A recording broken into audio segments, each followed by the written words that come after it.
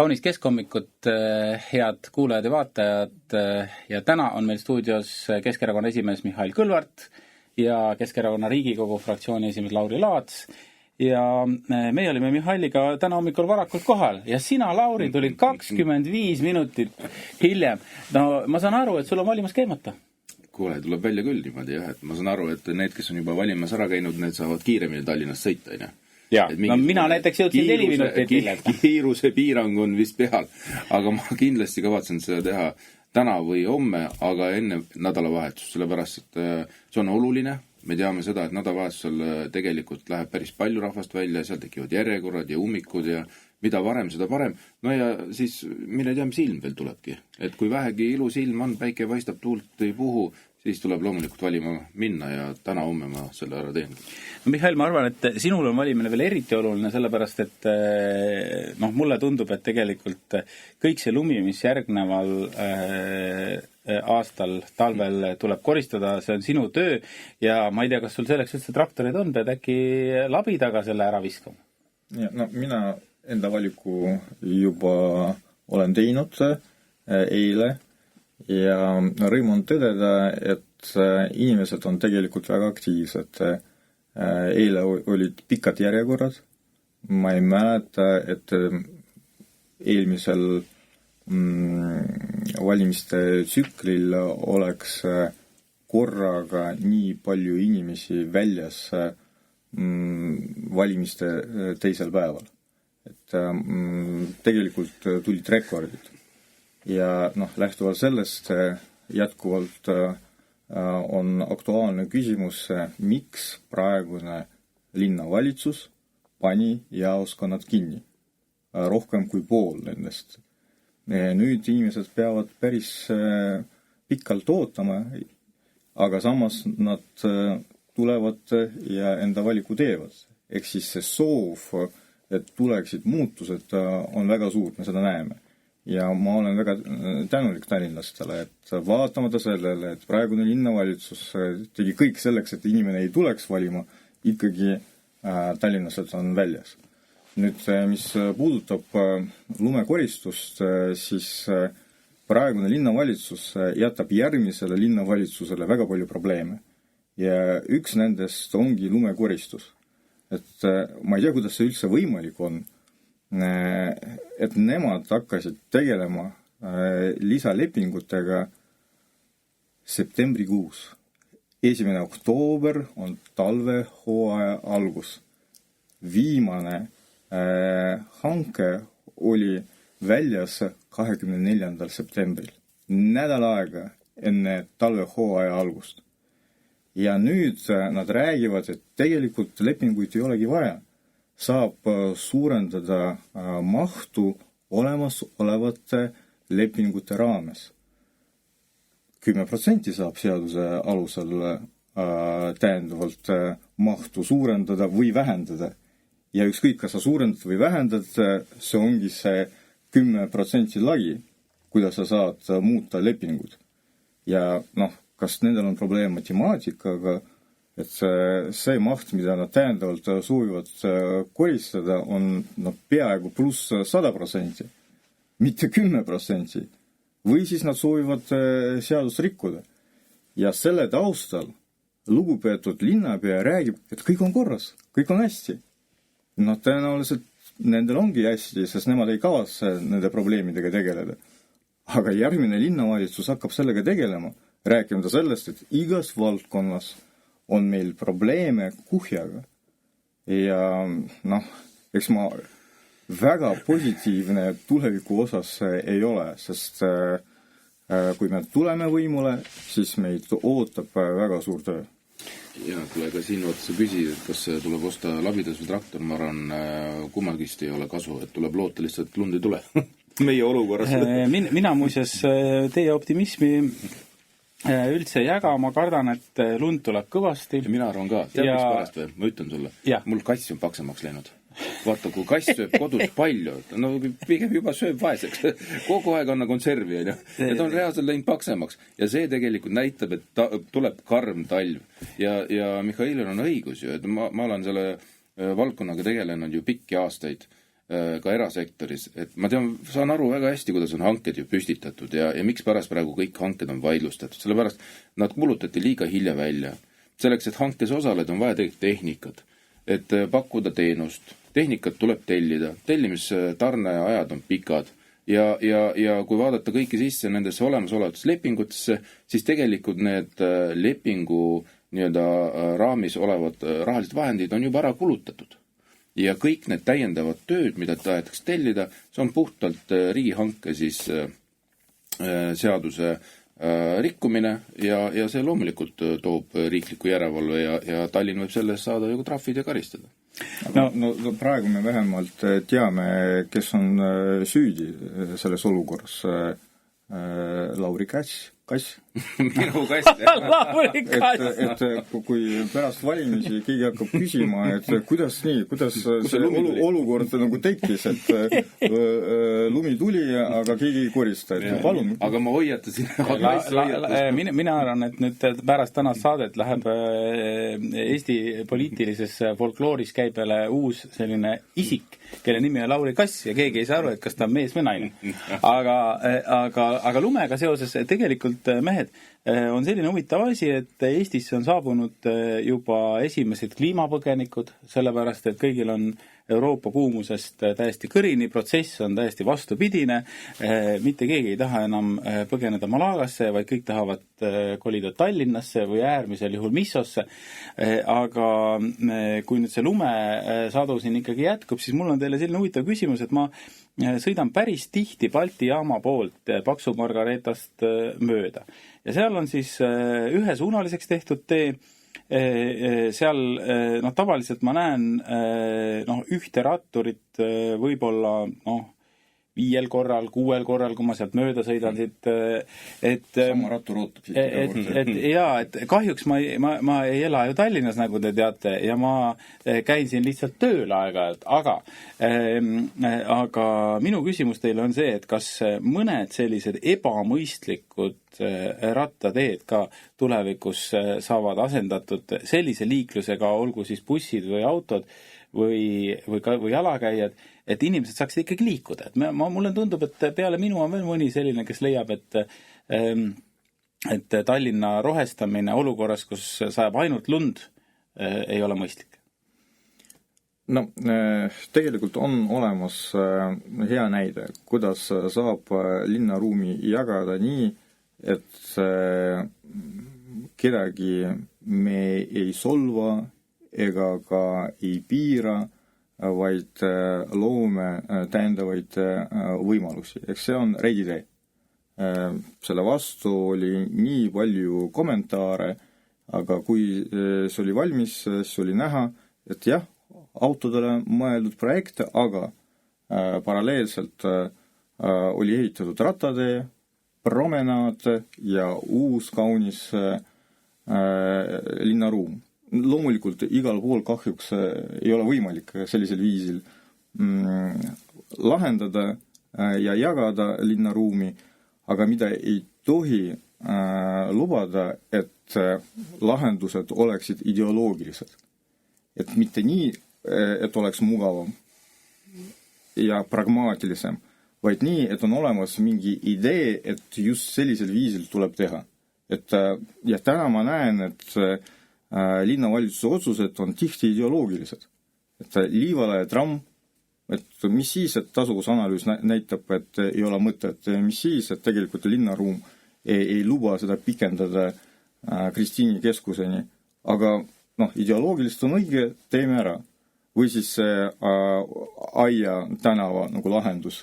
See on piinlik lihtsalt vaadata, mida seal tehti, aga on olemas mingi ideoloogiline arusaam, et tuleb takistada autoliiklust ja panna nagu välja, ma ei tea, need lillepotid ja pingid, mis tegelikult tänaseks on juba lõhutud. Et veel üks kord, mida ei saa ja ei tohi lubada, et meie linnaruum areneks mingi ideoloogia alusel, mitte nii, et kuidas see oleks inimestele mugav ja vajalik. Teate, mul on selle ideoloogiale, mis siin vahepeal on viljeletud, nimi ka pantud, lihtsalt nunnu. Tead, miks pärast on? Nunju on see lillepott siin keset teed ju. Sa öösel Aia tänaval oled käinud, nägid, kui nunnu see on seal. No ma arvan, et need ideoloogia rakendajad seal öösel ei julge käia, aga päeval tundub nunju, noh. Tramm, see on ka nunju ju, noh. Minast meil on ka programmis üks lause välja kirjutatud, et innovatsioon on põhiline, aga ta ei pea olema nii-öelda lähtuvalt ideoloogiast, vaid tehnoloogiast. Ja see teine pool on tegelikult väga oluline. Ehk siis innovatsioon peab igal juhul olema, aga ta peab olema tehnoloogiline. Ehk siis selge ja kaine mõistusega tehtud. Need lahendused, mis täpselt Tallinnale sobivad, on ju. Ja siis on meil olemas partei sinna võimul, kes ütleb, et nemad ei sobi neil Minsk, on ju, neil sobib Kopenhaagen, kus on tegelikult väga suured slummid, kus on kuritegevus kõrge ja kõik nii edasi. Ja siis unustatakse nagu täiesti Tallinn ära, on ju. Et andke andeks, me elame Tallinnas ja kõik see, mis siia tuleb ja mis siia ehitatakse, need lahendused peavad sobima just Tallinnale. Ja kas kõik siia sobib? Need mõtted, mis on üks või teine või kolmas erakond nagu välja käinud, loomulikult mitte. Ma pean tunnistama, et see kampaania, ma suhtun kõikidesse inimestesse hästi, aga see kampaania konkreetselt on küll täielikult ebaõnnestunud, sellepärast, et mina näiteks ei tahaks elada ei Minskis ega Kopenhaagenis. Mina tahaks ka siin Tallinnas elada. Mina tahan ainult Tallinnas elada ja kui nemad tahavad Kopenhaagenis elada, siis nad peavad õppima ära taani keele ja taotlema kodakondsust, see võtab päris kaua aega. Ma ei tea täpselt, kuidas need reeglid on, aga ma arvan, nii et ütleme, kui te tahate ikkagi elada Tallinnas, siis te peate valima neid erakondi, kes ikkagi tahavad Tallinnat arendada, mitte Minskit ja Kopenhaagenit. Et ma saan aru, et sotsiaaldemokraatidele meeldib selline slummi laadne mõtlemine, aga ma pean silmas viiteid Minskile, aga tegelikult meil on ainult üks tore armas kodulinn. Aga vaata, see teema, mida sa puudutasid, see on üldine nagu, kuidas Tallinn liigub, on ju, kuidas me saame liikuva Tallinna panna. Praegu me oleme vaatanud ja tehes nagu jällegi õues kampaaniad, Tallinn seisab. Mul ei ole kunagi selliseid hommikuid olnud, nagu praegu Mustamäelt Sõpruse või Mustamäe teel. See on nagu täiesti uus pilt minu jaoks. Ja kuna sa oled seal nagu tundide viisi, teed kampaaniad, siis sa tegelikult näed, kuidas asi on nagu muutunud ja mitte paremuse poole. Et mis on nagu esimene ülesanne linnavalitsusel, mis üleüldiselt puudutab Tallinna nagu nii-enda liikluskorraldust, on see tagada sujuv, normaalne, kiire liikumine. Ja siis tuleb hakata nii-öelda üksi pulki seda lahendama, on ju. Kas meil on vaja selleks busse, rohkem, vähem, keskkonnasäästlikumad, mitte, on ju, jah, palun, lahendame selle. Kas meil on vaja trammi, jah, kui on vaja, kas ta mahub kuskil ära, ei mahu kuskil ära ja sellest lähtuvad, teeme selle otsuse ära. Nüüd täpselt samad jalgratturid, et kuhu neid, mis viisil, kas nad muutuvad ohtlikud või vastupidi, liiklus muutub nende jaoks ohtlikuks, kas on mõtet igal poole joonida ja neid torbikud panna, jah, palun lahendame selle asja. Ja niimoodi tüki haaval, klotsi haaval tulebki pusle kokku panna ja tehagi see nii-öelda plaan valmis. Ja mitte mingil juhul ei tohi lähtuda sellest nii-öelda ideoloogiast nunnu. No ma arvan, et hea näide on, et praegune linnavalitsus käitub nagu bolševikud, on Põhja-Tallinna trammiliin, ehk siis Pelguranna liin. Et kõigile on selge, et Kitsas tänav, Puhangu tänav nagu ei ole nagu mõeldav, et seal oleks veel ka trammiliin. Ma ei räägi isegi sellest, et loomulikult kõik elanikud on selle vastu, aga ka terve mõistus peaks ju ka midagi ütlema, kui see on olemas. See kellelgi on. Ja nüüd vaatame edasi, et ehk siis tagasipööre on planeeritud Stroomi pargis, mere ääres.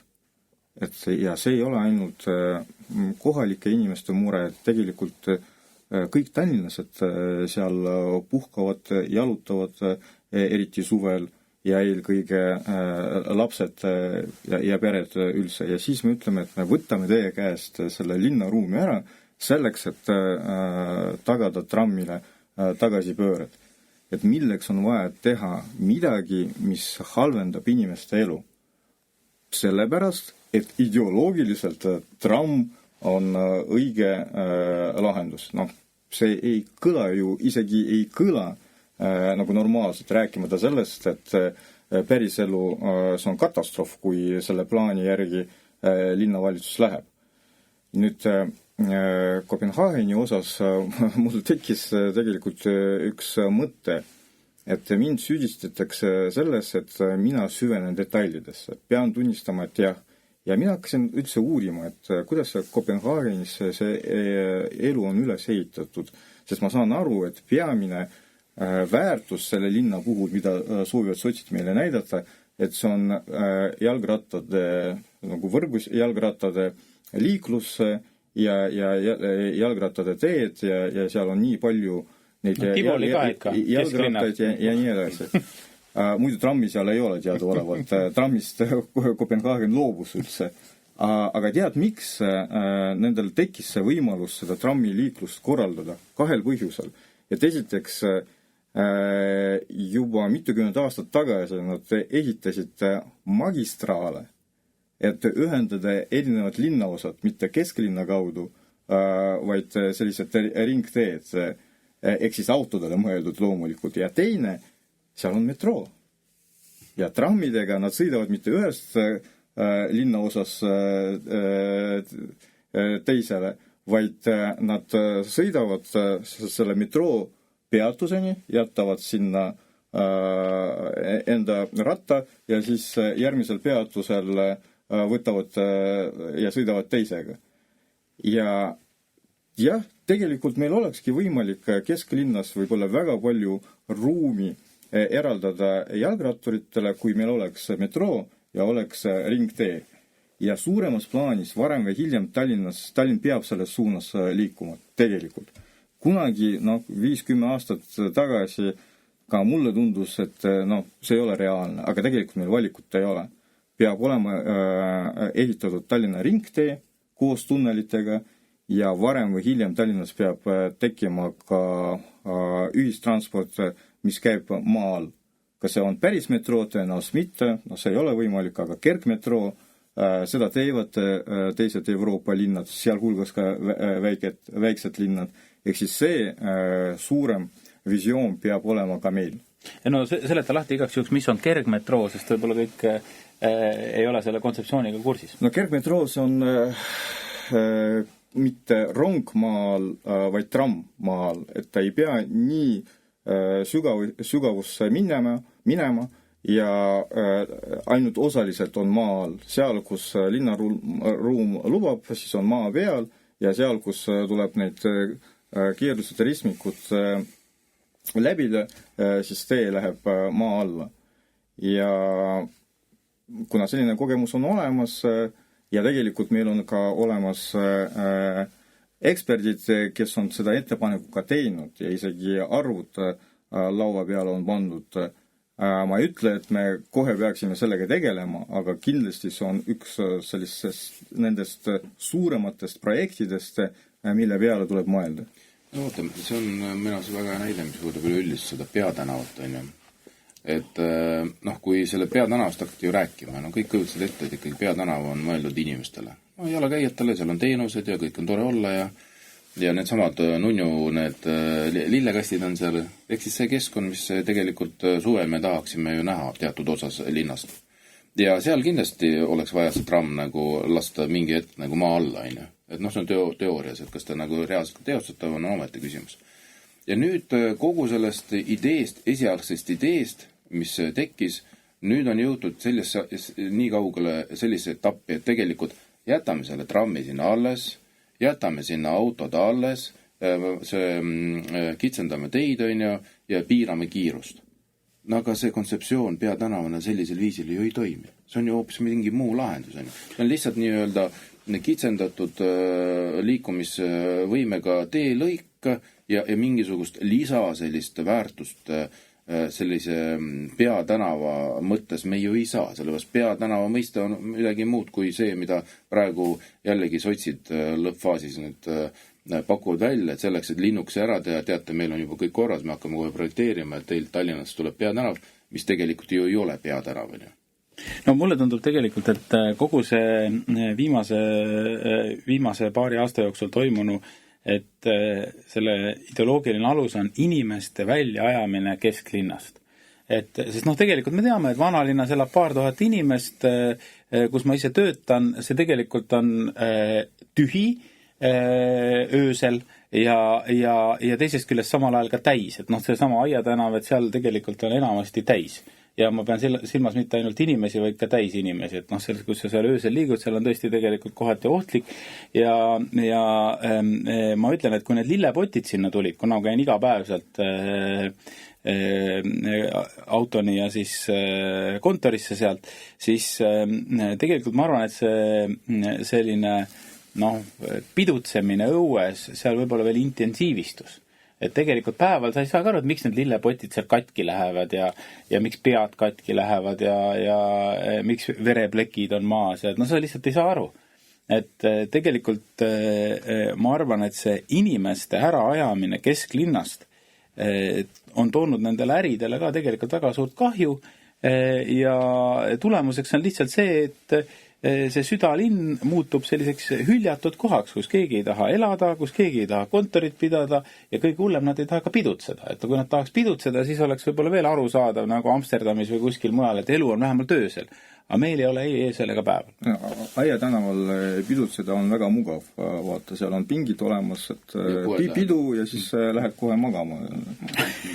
See on päris elu, mida me näeme seal nagu Aia tänaval kahjuks. Vaata see ideoloogia või mõtteviis, tegelikult ideoloogia peaks olema süsteemne mõtteviis. See mõtteviis, mida meie näeme, ei ole süsteemne. Ja see on igas valdkonnas nii, et me loobume projektidest selleks, et teha uuesti, aga teismoodi ja see võtab rohkem raha ja me saame ka vähem kätte. Vaata, see kõige lihtsam näide on see trall, mis toimub olümpiaujula ümber. Tegelikult juba 1,5 aastat tagasi oli võimalus alustada selle ehitamisega. Ehitusprojekt oli valmis, mis maksis 1 miljon eurot. Oli valitud partner, kes oli valmis suurem osa kinni maksta ja pärast ka opereerima. Ja pidi tulema mitte ainult olümpiaujula koos tribüünidega, et korraldada suuri rahvusvahelisi võistlusi, vaid ka spa-keskus ja ka erinevate spordialade saalid. Et vägev kompleks. Nüüd uus linnavalitsus tuli, ütles ei, meile seda vaja ei ole. Me alustame algusest peale. Arhitektuurikonkurss toimub ja ehitame ise. Ehk siis paneme ise linna raha tänaseks juba 1,5 korda rohkem, pärast veel ise opereerime ja see on korralikud tegevuskulud ja saame asja, mis on 3 korda väiksem. Et tuleb ainult ujula, suured tribüünid ei tule, spa-keskust ei tule, spordisaale ei tule. See on see mõtteviis, mida me praegu linnavalitsuses näeme. Maksame nagu rohkem, saame vähem, aga saame öelda, et see on meie tehtud. Et see ei olnud Keskerakonna projekt, me ise tegime. Kes sellest võidab? Mulle tundub, siin sa viitasid olulist. Ma käin Kalev spaas, mitte liiga tihti, aga ikka käin ujumas ja sageli on seal ikkagi, ega seal hommikuti rahvast ei ole eriti. Ma küll ettevõtjaid aeg-ajalt seal näen, kes oma vaimset vormi üritavad hoida, aga ma tahaks nendest rajatistest paar sõna rääkida üldse, mis Tallinnas tegelikult peaksid tulema, sest meil on Tallinna Haigla, sellest me nüüd rääkisime. Nüüd on see ujula, eks ole, siis on linnahall. Et kui te võtaksite nüüd natukene suurelt kokku 3 kõige tähtsamat ehitist ja rajatist, mille peale tuleb vähemalt tõsiselt mõelda, ma ei ütle, et nüüd homme teha, aga tõsiselt mõelda, mis need võiksid olla? Sa ju neid nimetasid ära kohe. Ma nimetasid ära. Et ühesõnaga, ma loodan siis, et linnahalli asemele tuleb midagi, mis on parem. Tallinna Haigla tuleb, aga millal ei tea, selles mõttes ma mäletan meie eelmist saadet ja vestlust selles osas, aga kas on mõni selle... üks hoone on veel, mida ju siin pikalt on räägitud ja mida soovitakse ehitada, see on see areena. Ehk siis vaata, meil ikkagi Eestis puudub selline pallimängude või spordiürituste läbiviimise suur areena, mis oleks nagu rahvusvahelist mõõtu annaks välja, et kus oleks ka teatud arv vaatajate, teatud arv, lausa vist 25 000, praegu on meil areenad, kuhu mahub ära 5000 ja see on loomulikult on pärsinud seda, et need rahvusvahelised suured võistlused meil siia Eestisse nii kergelt ei ole tulnud. Jah, see on suur investeering, jah, seda tuleb teha koos riigiga ja ma arvan, et kõige mõistlikum koht on ikkagi, et see tekiks Tallinnasse või Tallinna lähiümbrusse, sellepärast, et see kindlasti annaks Tallinnasse ka lisandväärtust ja kogu Eesti majandusele. Minu arust oli väga hea näide, et mida me nägime tegelikult meie naabrite juures Lätis Riias, kus toimusidki korvpalli suured võistlused ja linn oli puupüsti täis. Ja kui on linn puupüsti täis inimesi, see tähendab seda, et ärid õitsevad ja läbi selle saab ka majandus nii-öelda lisa sellist boosti ja loomulikult ka läbi selle siis ka riigi eelarve täitub ja ka linna eelarve täitub. Ma arvan, et me peame tunnistama, et lähiaastadel riik ei investeeri Tallinnasse. Esiteks, me näeme, kes on praegu riigi valitsuses, et nemad kindlasti ei soovi Tallinna linna aidata, vaatamata sellele, et see oleks terve Eesti huvides. Ja teiseks, et majandusseis on päris halb ja lähiaastatel läheb halvemaks. Mõned asjad tuleb lihtsalt tunnistada ja selles mõttes, et see, et praegune linnavalitsus, et sotsid selleks, et korraldada endale kampaaniad, panevad 27-28 miljonit Tallinna haigla projekteerimiseks ja samas me teame, et seda miljardit kuskilt ei ole võtta ja lähiaastatel ka. Ja vot see on minu arvates lihtsalt kuritegu suuremas plaanis, et 28 miljonit linna raha selleks, et teha ilusa pilti, kuidas allkirjastatakse siis projekteerimislepingu ja sellel asjale ei ole perspektiivi. Nüüd veel üks aspekt, millega me peame nagu arvestama, et linnahalli projekt ja seal võiks olla tõepoolest nagu suur multifunktsionaalne saal, kus võiksid toimuda nii võistlused kui ka kontserdid. Ja me peame rääkima sellest ka laiemalt, sest see on ka linnahalli ümbruse projekt. Linnahalli tuleb siduda vanalinnaga, tegelikult ka Viru hotelliga, siin peab olema tekkima nagu suur, ühne, kontseptuaalne linnaruum. Ja seda oleks vaja teha koostööd erasektoriga, sellised plaanid meil ka olid. Aga millega tuleb arvestada lähiaastadel, et meie peamine prioriteet peab olema inimene, toimetulek. Kui meid ootavad rasked ajad, siis Tallinn peab tulema appi. Ja kui on vaja, et loobume mõneks aastaks ka suurtest investeeringuteks, aga püüame inimesi raskel ajal toetada. Ma arvan, et see on meie jaoks peamine prioriteet. Lauri, kuidas siis inimesi toetada, et ütle 2-3 asja, mille peale mina kui valija peaksin mõtlema, mis tegelikult ka saab teoks teha? Tead, kui sa nagu küsid seda tagasisidet, mida ma olen saanud inimeste poolt, siis loomulikult on pöördunud minu poole eakamad inimesed, pensionärid, kes on selgelt öelnud, et välja toonud oma murekohad, aga murekohtade me ju tegelikult teame. Ja kas me saame neid aidata linna poolt? Jah, meil on olemas programmis, et kui me oleme rakendanud tegelikult sünnipäeva toetuse Tallinnas eakatele inimestele, kunagi ta oli seal 100 eurot, nüüd on juba 200 eurot, me oleme tasapiisi seda tõstnud, siis meie plaan on seda tõsta 300 euro peale. Ja loomulikult, et kui eakad inimesed seda kuulevad, siis meil läheb kohe paremaks, kõik saavad aru, et see ei ole nii väga suur raha, aga abiks ikka. Ja täpselt samamoodi, mis puudutab lastetoetusi, et kui lapsed lähevad meil kooli, ranitsatoetus, sünnitoetus, need on need meetmed tegelikult, mis abistavad ikkagi teatud ajal ja neid tuleb vastavalt sellele ka korrigeerida, kui kui heaks või halvaks meie majandusolukord läheb, aga praegu me näeme, et aina allapoole kogu see olukord läheb ja seda enam peab ka Tallinn oma inimesi ka abistama. Ja see on tegelikult ootus. Ehk siis, mida inimesed ootavad, eelkõige linnavalitsused? et toimuks rahulik, normaalne valitsemine, ilma kempluseta. Et areneks linnakeskkond, et areneks ühistransport, mis peab jääma tasuta ühistransportiks ja sellega saaks kiiresti liigelda.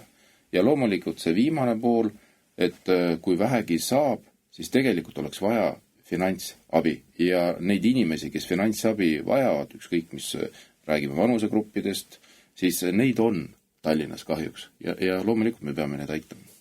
Vaata, Lauri praegu tõi välja nagu peamised prioriteedid, millega nagu linnavalitsus ja üldse omavalitsus peaksid tegelema. Ja nüüd me peame tunnistama, et iga selle prioriteedi puhul praegune linnavalitsus on läbi kukkunud. Nii praegune linnavalitsus kui ka praegune riigivalitsus. Ja kahjuks ajaloos on alati nii, kui võim valitsejad kukuvad läbi ja ei suuda midagi inimestele pakkuda, siis see, mida nad pakuvad, on vastasseis ja sisevaenlane. Et näidata, et meil on sisevaenlased, mida me saame nagu võita ja võtta selle päästja rolli. Ja nüüd me seda näeme riigivalitsuse puhul, midagi sisulist nad pakkuda meile ei suuda, majanduskasvu tagada ei saa, inimeste toimetulek ei ole prioriteedis, aga pidev jutt sellest, et meil on ainult üks prioriteet ja see on julgeolek, mis ongi prioriteet, aga see ei saa olla ainuke prioriteet. Ja nüüd me siin enne valimisi näeme, et läbi kukkunud koalitsioon, läbi kukkunud linnavalitsus hakkab hirmutama inimesi Keskerakonnaga ja rahvuskaardiga. Jälle rahvuskaart ja jälle haridusteemade puhul. Et hirmutatakse sellega, et tuleb Keskerakond ja Keskerakond on eesti keele õppe vastu ja valige meid, meie oleme päästjad. Kus te olite viimased 30 aastat, ma küsin teie käest, et kui te olete päästjad? Ei ole ühtegi teist erakonda, mille puhul me saaksime öelda, et olid pakutud sisulised lahendused, kuidas toetada üleminekut eesti keele õppele. Ainult Keskerakond. See oli siis, kui oli Mailis Reps ministri kohal ja siis oli käivitatud projekt, sina ka seda mäletate, et oli võimalik saada rahastust, et venekeelsed lasteaed ja pärast ka koolid saaksid endale palgata eestikeelsed õpetajad. Praegune koalitsioon lõpetas projekti, väga vajaliku projekti. Nüüd meie ajal Tallinnas, kui me olime veel võimul, pool aastat me töötasime süsteemse programmi kallal koos ekspertidega. See oli välja töötatud. Väga erinevad meetmed, mis olid nii õpetajatele, õpilastele kui ka vanematele. Alates kompetentsest keskusest lõpetades kogu päeva kontseptsiooniga. Ja rääkimata õppematerjalidest, koolitustest ja teistest meetmetest. Süsteemne lähenemine, seda töötas välja Keskerakonna linnavalitsus. Ükski teine erakond ei saa midagi praegu öelda selle ülemineku protsessi kohta, sest nemad ei ole pakkunud ega ka teinud ühtegi sisulist asja, et lapsi toetada.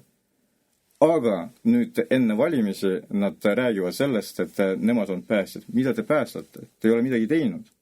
Kui on midagi tehtud üldse olnud selles küsimuses, selles probleemis, seda tegi Keskerakond. Ja see on reaalsus. Aga nii on, et me näeme, kuidas läbikukkunud valitsejad ei saa meile midagi pakkuda. Selle mõnusa teadmisega me kohe ka lõpetame. Mul on hea meel, Lauri, et juba järgmisel nädalal sa jõuad stuudiosse õigeks ajaks. Lund ei ole ja isegi kui teda tuleb, siis sa oled selle ära saanud koristada. Nii et kõik, kes valimas ei ole tänaseks veel käinud, minge kindlasti valima ja ma arvan, et Mihhaili vahepeal öeldud mõte, et Tallinn vajab ka muutust, vastab tõele, aga see muutus ei ole see, mis praegu kestab, vaid tegelikult tuleb midagi päris tõsist ette võtta. Minge valima, täna olid stuudios Keskerakonna esimees Mihhail Kõlvart, Keskerakonna Riigikogu fraktsiooni esimees Lauri Laats ja mina saatejuhina Janek Mägi.